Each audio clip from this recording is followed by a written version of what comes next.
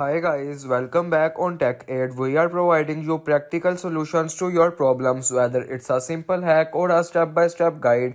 We have got you covered. In this video, I will gonna show you that how to remove suggested on Messenger. First of all, you can open the Messenger application. I can already open the app. After opening the app, you can see the three lines at the top left corner of the screen. Just simply tap on it. After tapping on it, tap on settings at the top right corner of the screen. And here scroll down, tap on privacy and safety, and after this you can just simply tap on hidden contents, that is second option in the safety and well-being section. Tap on it. After tapping on it, you can just simply tap on add, and here you can add suggested on Messenger, and it is the way you can hide suggested on Messenger. You cannot remove permanently suggested on Messenger. If you want to keep your online activity private and access to restricted contents like I do, trying using a VPN.